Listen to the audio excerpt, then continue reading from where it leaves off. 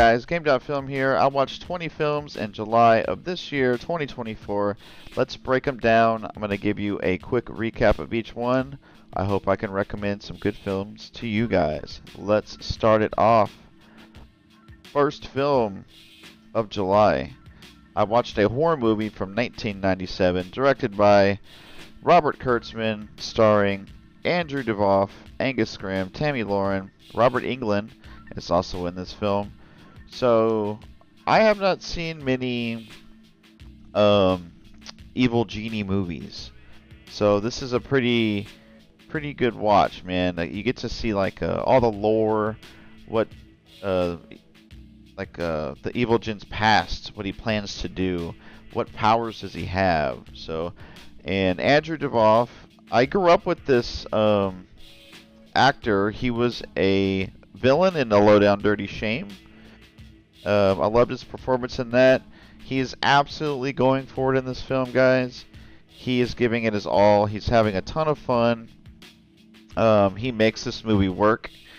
And there's some excellent kills, excellent practical effects. The CGI is a little hit or miss. But, yeah, man, Tammy Lauren is trying to defeat this evil djinn, man. But I say give this 90s horror film a watch. 3.5 stars out of 5. Second film, I watched a thriller, maybe a horror slasher type, called Angel from 1984. This is directed by Robert Vincent O'Neill, Susan Tyrrell, Cliff Gorman, and John Dial. John Dial plays the killer in this, and I don't think he speaks a word in this. He's all silent, and I think he did a solid performance, solid job here. This is I really like how.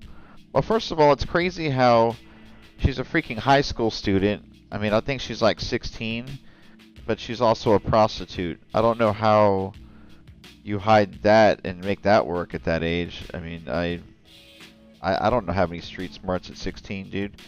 But I really like the bonding between the prostitutes, their friends, and how they all stick together. And it's just good performances by all of them. And you know, the killer starts picking them off one by one, and they have to protect themselves and kind of figure out who is doing all this killing, you know. And John Dial, man, silent like I said, and there's this scene where he like eats a raw egg straight from the shell itself, and he cracks a little hole and sucks it out. It's really twisted, man. But good character building too. 3.5 stars out of 5 for Angel.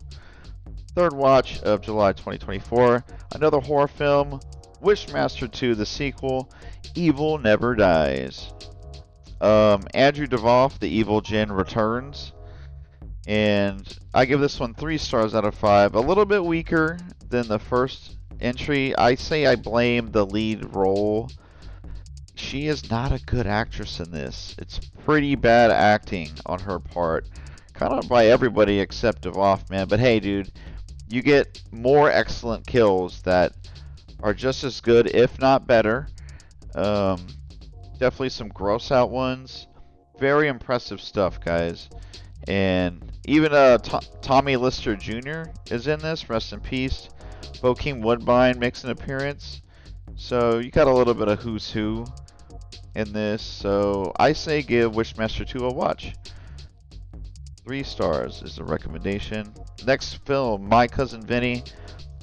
What else is there to say, guys? This is one of my favorite movies of all time. Family favorite. I watch this yearly. Marissa Tomei, one of the best performances of all time in the acting department. She got an Oscar for this. Joe Pesci's great. Fred Gwynne as the judge. Bruce McGill as the sheriff. Everybody rocks, dude. Mari Chaikin, James Rebhorn, and yeah, Marissa Tomei, man, one of the most beautiful characters in cinema history. It's one of the best comedies ever. That's all I gotta say. That was from 1992, directed by Jonathan Lynn. Please watch My Cousin Vinny, guys. So quotable. Next film, we have a crime action thriller called Hoodlum, directed by Bill Duke. I'm very impressed by Bill Duke. I love his movies. Deep Cover is an all-timer. But Lawrence Fishburne in the 90s was killing it. Tim Roth does a good job as Dutch Schultz. Vanessa Williams, Andy Garcia, Chi McBride. This is my favorite Chi McBride performance, guys. Clarence Williams is a pretty ruthless villain in this. But Queen Latifah is also in this too, man. Edo Ross, I like to see him yell a lot. I like to see him yell in movies. But, you know, it's got good action. It's got some tense, thrilling moments.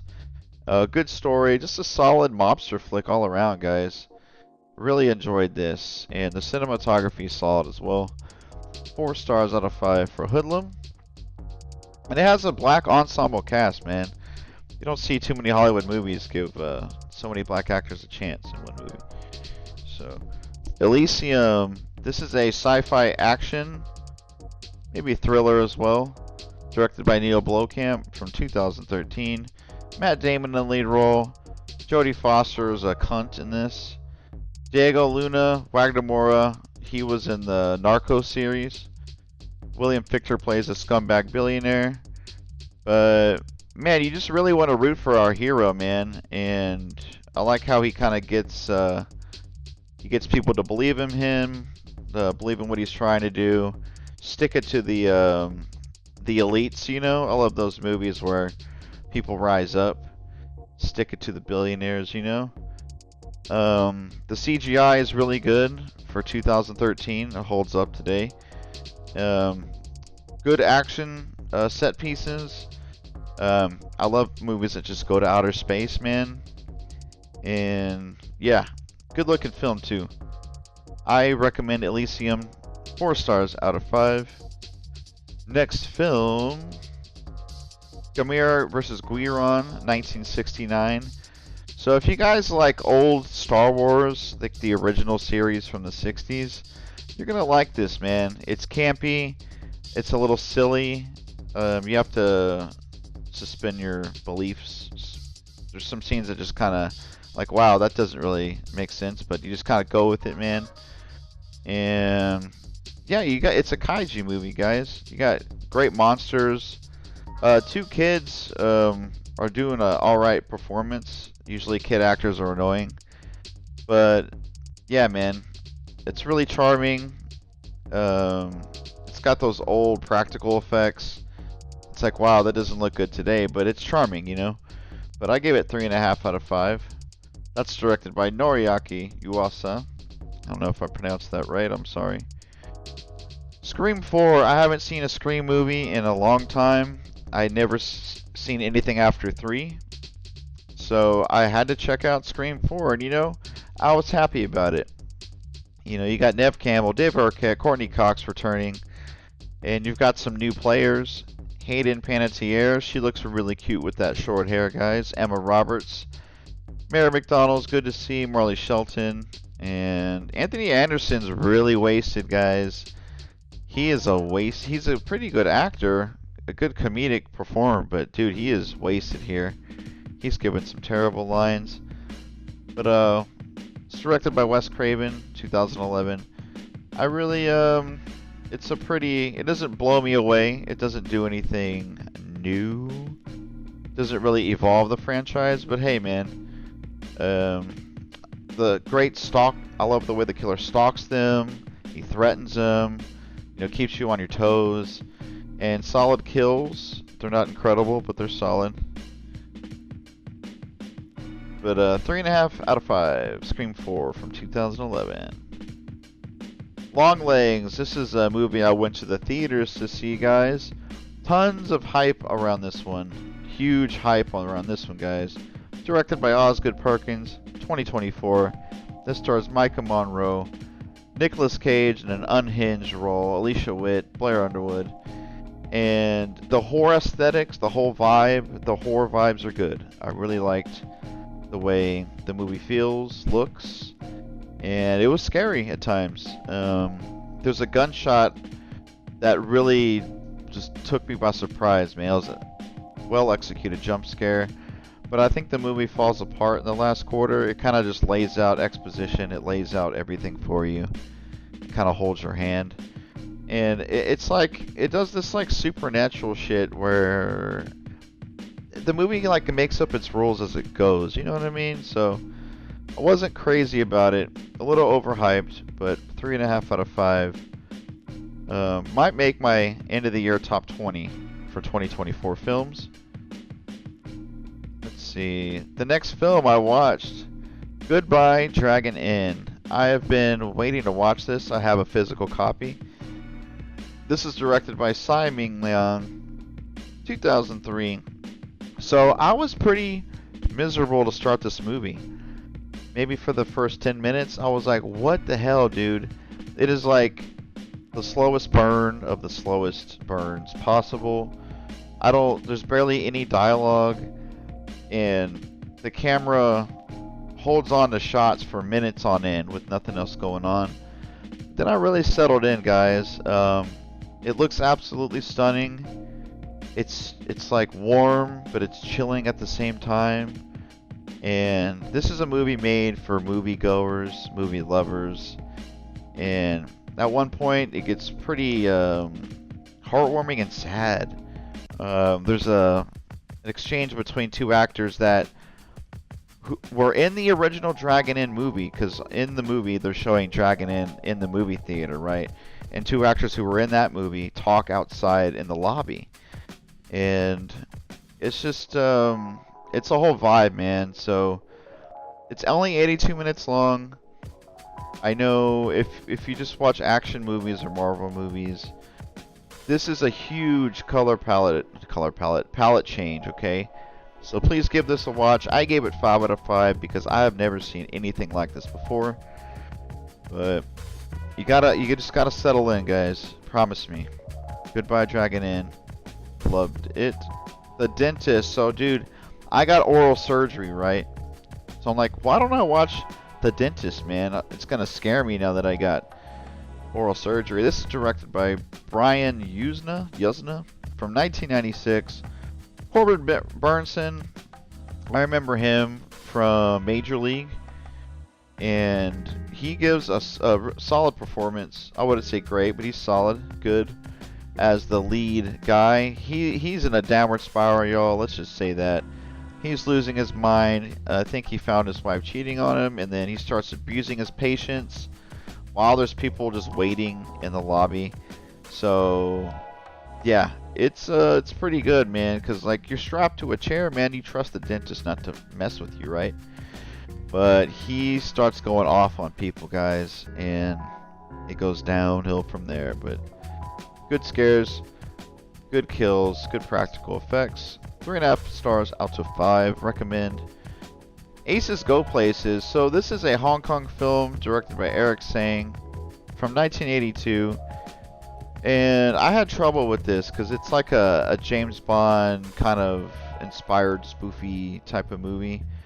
Heist movie, and there's some cool, there's some cool gadgets in it. There's some okay action.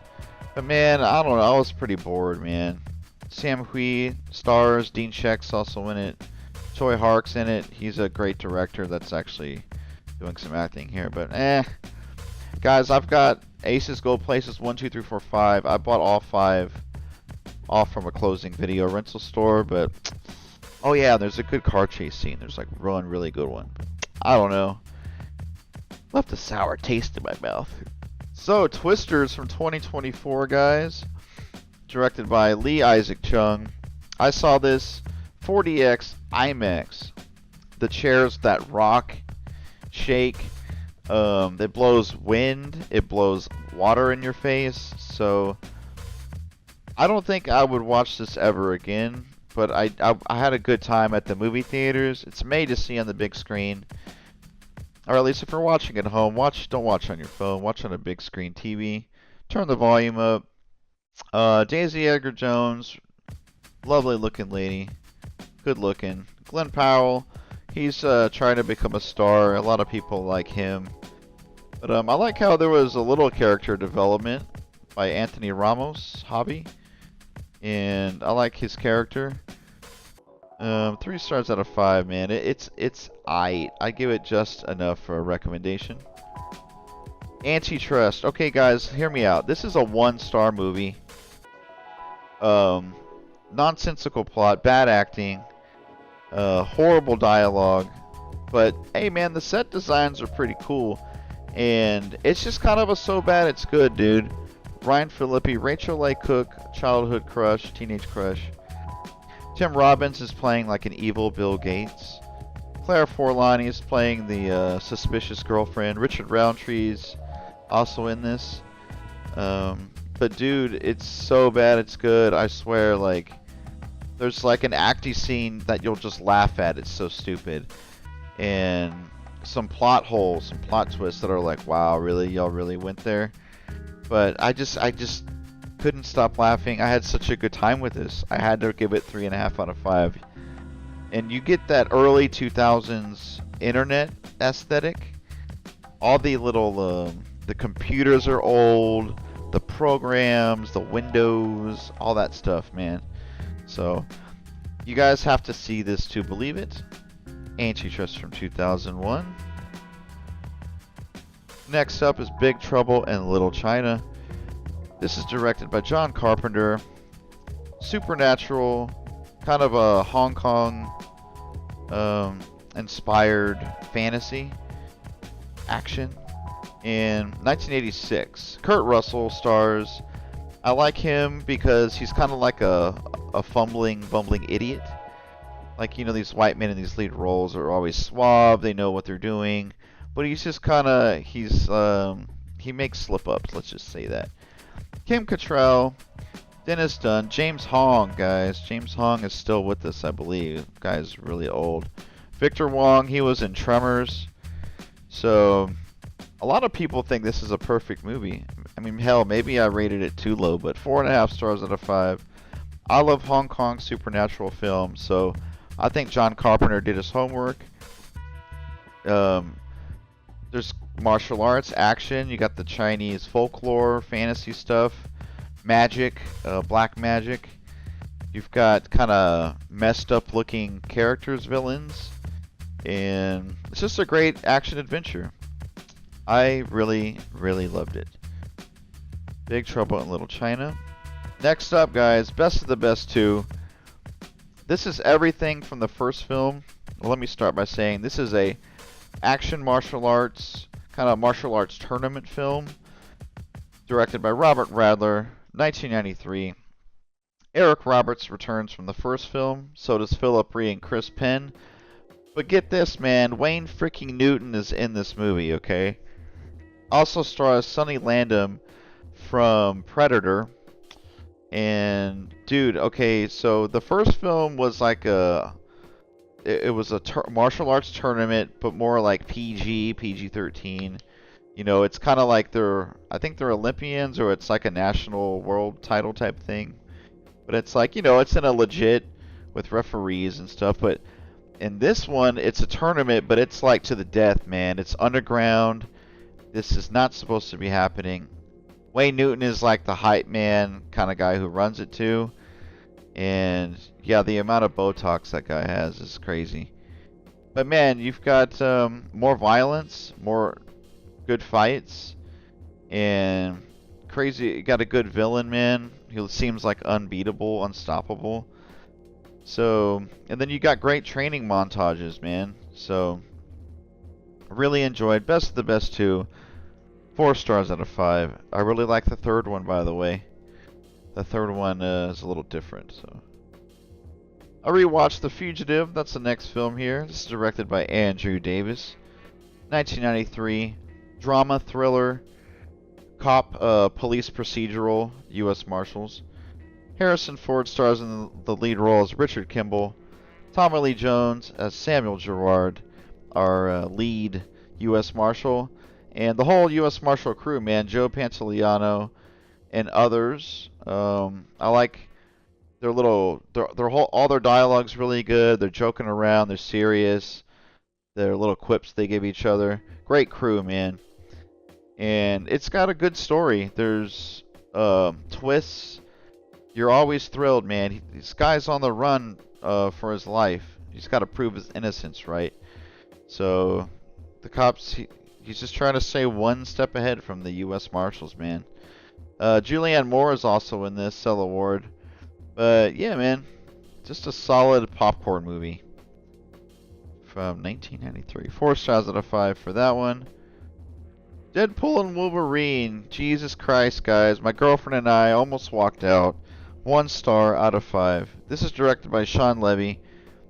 Came out this year in 2024. Starring Ryan Reynolds as Deadpool, Hugh Jackman as Wolverine, Jon Favreau's also in this, Rob Delaney, Morena Baccarin, the love interest, is barely in this, but dude, I am so sick of this nostalgia bait, man. It's like they're just throwing this little shiny little toy at y'all, and they're like, oh my god, like they brought back da-da-da, and like, oh look, it's some washed up actor who can't freaking fight anymore.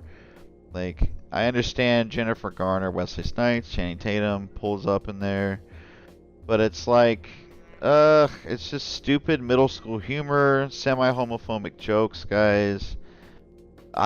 These pop culture references are like, well, that's just Deadpool. What'd you expect? But it's like, it's not funny, dude. It's just not funny at all. This is the worst film of the year for 2024 movies. They repeat jokes I swear, like, they do these stupid fighting moves that they use in other Marvel movies, just rehashing that crap. The movie opens with corporate boy band NSYNC, and people were like, man, the action choreography to that. It's like, dude, NSYNC fucking sucks. All y'all. You guys gotta... Disney's playing all y'all, man. They are just playing all y'all. Hate it. I'm sorry, I do not like that one. Second to last film, The Long Shot, directed by Paul Bartel from 1986. This is my dad's favorite movie. This comedy, I can't believe. Every time I watch it, I'm like, this is not going to hold up. And it always does, man. I showed it to my girlfriend. She really likes it. Tim Conway, Harvey Korman, Jack Weston, Ted Wass. I think he had his own little TV show. Edie McClurg from Planes, Trains, and Automobiles, Elvira. She's also in this. Jonathan Winters. Dude, it's just so funny, man. These losers try and hatch a plan to make it big on the horse betting.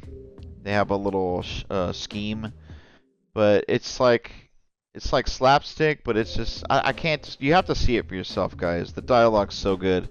I laugh every time, and it's a family favorite. Girlfriend loves it too. Last film of July, U.S. Marshals, directed by Stuart Baird from 1998.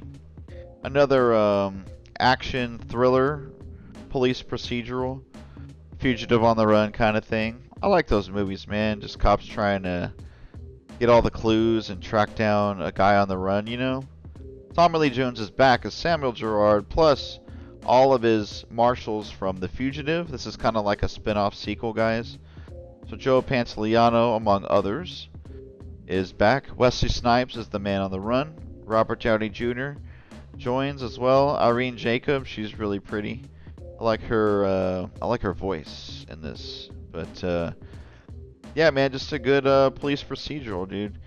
I like Wesley Snipes as the villain. I think he's framed. You got to figure it out for yourself, you know. But good chase sequences, guys. Couple good stunts, couple good firefights. Stuart Baird directed a childhood favorite, Executive Decision. I don't know why he did not direct more, guys, but he only directed those 3. So there you have it, guys. That is the July 2024 movie recap. It is September now, so I'm almost caught up. Man, you know, I just want to make videos every day, because like the YouTube algorithm's so brutal and it doesn't like me because I post not just that one niche thing. You gotta post that one niche thing, man, and you just build off that what the algorithm likes, you know. But doing films, games, politics, it's all different stuff, and I'm a little too political, so I'm a little bit shadow banned, you know. So But it's like I want to post every day, man, because I'm under so much pressure. I gotta post. I gotta post. And it just doesn't work that way, dude. Real life is tough, and I just need to make the best content I can. Oh, maybe one video a week. So, free Palestine, guys. Don't stop talking about Palestine. I'm not wearing my keffiyeh today because it's in the laundry. I've been wearing it for months and I haven't washed it. But, expect more, news updates before streams on my Twitch channel. And I'll try and post those highlights to my YouTube channel. Have fun, stay informed. That's the whole shtick of my channel. That's kind of what I go for. But expect more movie reviews, game reviews, and political content, news updates. And I made a new YouTube channel, Instagram, Twitter, called GDF GameRex. I am posting only video game stuff there. So if you're a little maybe disappointed or you're not enjoying all this other content I do, you can just stick for the video games, guys. So I'm gonna try it. I made one video on my GDF GameRex YouTube account. It's an introduction video. Go check that out. I'll leave a link in the description. But that about does it for this video, guys. And thank you for watching. And stay tuned for the next video. Like, comment, subscribe. Peace.